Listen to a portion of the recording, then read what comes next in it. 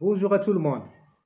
Au Maroc, nous sommes en plein préparatif pour la septième édition du recensement général de la population et du logement.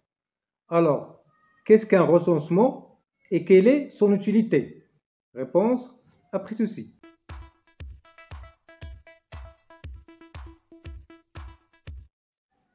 Le recensement, qui relève de la compétence du Haut Commissariat au Plan, le fameux HCP, s'organise pratiquement chaque 10 ans.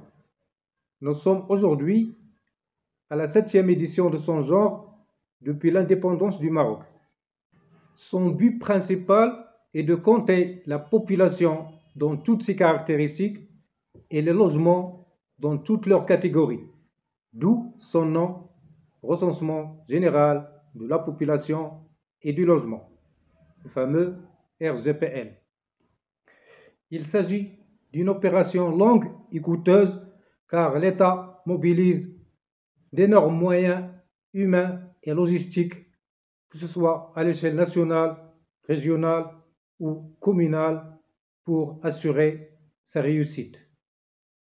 Et malgré tout ceci, une marge d'erreur est toujours envisageable, car il est difficile de compter avec exactitude une population en perpétuel mouvement, que ce soit dans le cadre d'un voyage, d'hospitalisation, de migration ou de départ en mission à l'étranger. Les difficultés résident aussi dans le dénombrement des Marocains résidant à l'étranger et des étrangers résidant au Maroc. Alors, un recensement, pourquoi faire?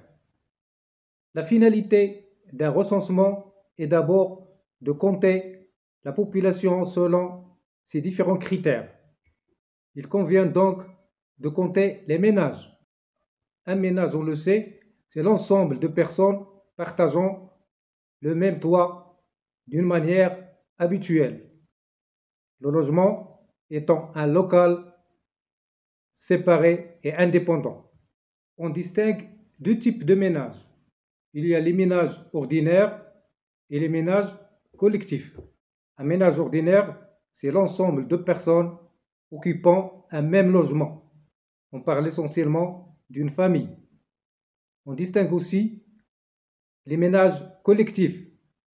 C'est l'ensemble des personnes partageant un même logement, mais avec des chambres séparées. On parle essentiellement des maisons de retraite, des orphelinats, des foyers des immigrés, et ainsi de suite. L'autre finalité du recensement, c'est de fournir des informations détaillées sur la population en termes de l'âge, du sexe, de situation familiale, des professions exercées, de la nature et de la qualité du logement, le nombre de pièces dans le logement, l'accès aux éléments de confort tels que l'eau, l'électricité, le Wi-Fi, le transport personnel, et ainsi de suite. L'autre finalité du recensement est d'avoir une panorama sur les catégories socio-professionnelles, c'est-à-dire la répartition de la population entre les différents secteurs d'activité. On connaîtra alors la population qui exerce dans le domaine agricole, celle qui exerce dans le domaine industriel ou dans les professions libérales, ou celle qui exerce dans le secteur tertiaire, appelé aussi secteur des services.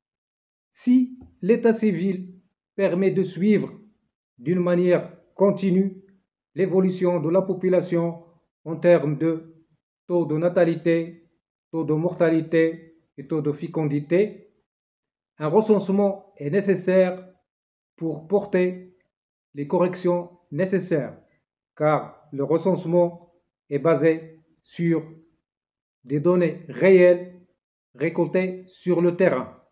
C'est ainsi qu'on peut définir avec plus d'exactitude les caractéristiques des ménages, la pyramide des âges de la population globale ou la pyramide des âges de la population active et connaître ainsi la tendance globale de cette population, si elle est en cours de rajeunissement ou si elle est en cours de vieillissement.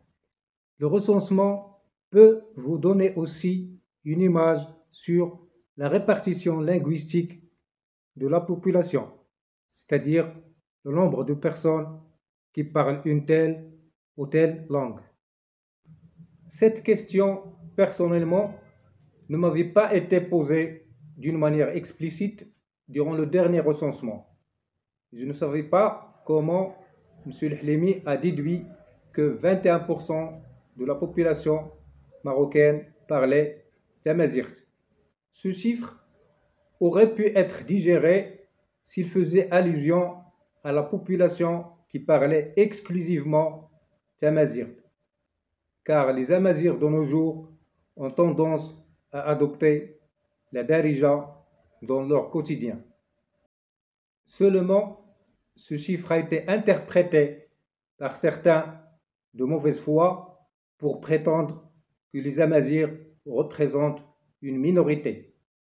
Cette interprétation dangereuse ne vise qu'à déplacer les Amazirs de la case des tolérants à la case des tolérés.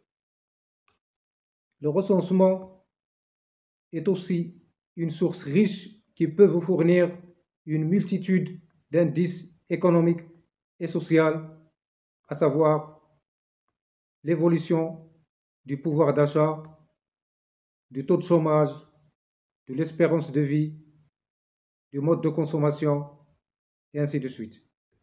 Les chiffres du recensement sont aussi d'une grande utilité pour déterminer les stratégies et les politiques du développement économique et social et permet aux gouvernements successifs de connaître les besoins de la population en termes d'emploi, d'éducation, de logement, de santé, d'infrastructures, d'investissement, et ainsi de suite. On peut donc dire que la fin du recensement justifie ses moyens. C'est ainsi que s'achève cette vidéo. J'espère avoir réussi à faire un tour bref sur la question. Merci de m'avoir suivi jusqu'ici. Si vous avez aimé le contenu, n'hésitez pas à liker, à partager et à commenter. Et pour plus de vidéos, tapez seulement Viens savoir. À la prochaine!